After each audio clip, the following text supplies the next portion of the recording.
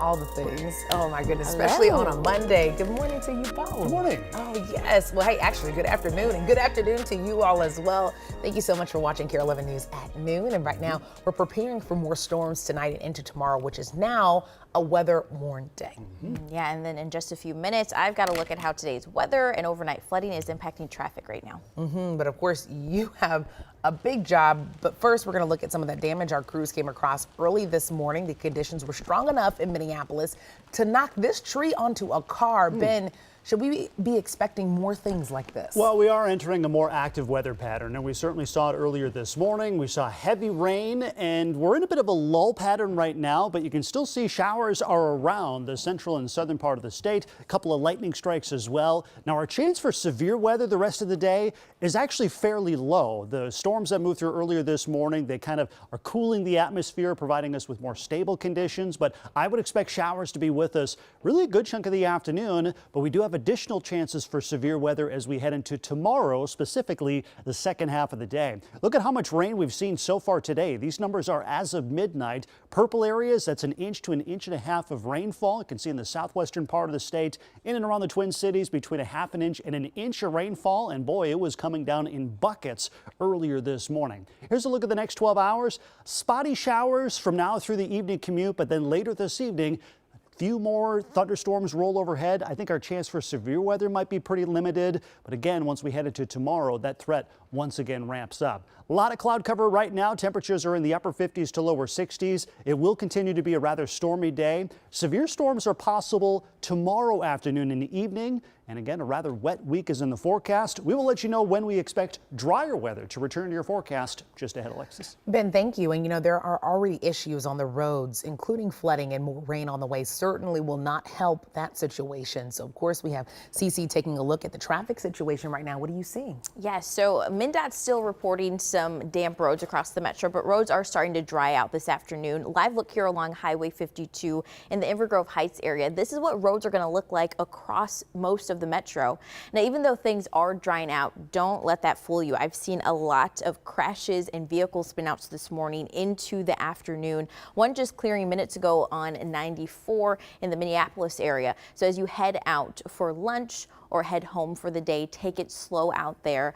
I'll have another check of the roads in about 30 minutes. But hey, one area outside of the metro that you'll need to find a way around is Highway 123. That's between Mayer and Watertown.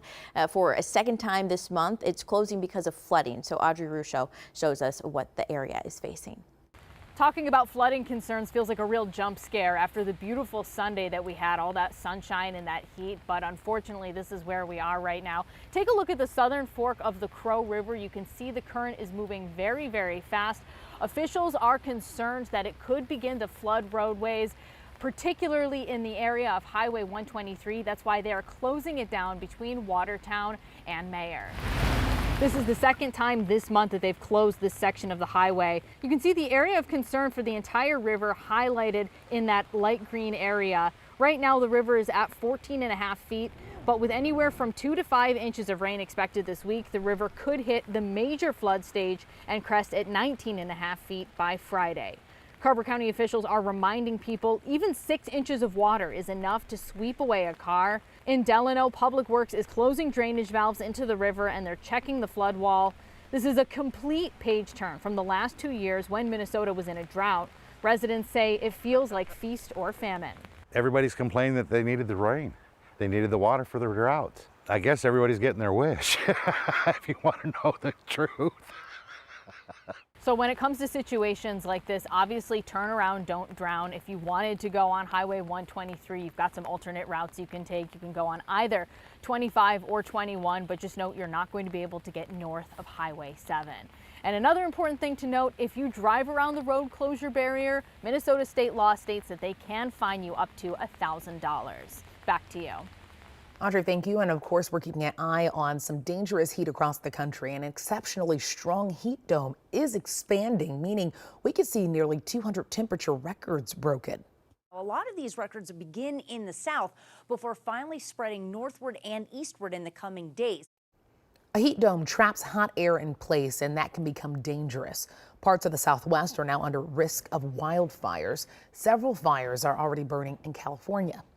Well, no matter where you are, make sure that you scan the QR code on your screen to download the KARE 11 weather app. It gives you live updates, radar, and custom forecasts whenever you want them. It's also free in any app store. Friends and family and the community in the hometown of fallen officer Jamal Mitchell are saying their goodbyes. A funeral for the Minneapolis officer who was killed on duty began just 2 hours ago in New Haven, Connecticut. His body was flown home last week after a public memorial in Maple Grove. Last night, the Minneapolis Police Foundation announced they raised more than $25,000 on GoFundMe. It was enough to send 50 MPD officers and 20 Minneapolis Police Honor Guard officers to today's funeral. Any remaining donations will go toward building a memorial on the 5th precinct for Officer Mitchell and to support MPD. Well, today we know more about the man shot and killed by Minneapolis police last week. The man's name was Michael Risto, and he lived in Minneapolis. Police say they were investigating a report of someone being threatened with a gun. There was a chase, and when police caught up to Risto, officers say he turned toward them with a handgun in his hand. The BCA says the 3 officers who fired their weapons are all on leave, which is standard protocol. The U.S. Surgeon General is calling on Congress to put warning labels on social media apps.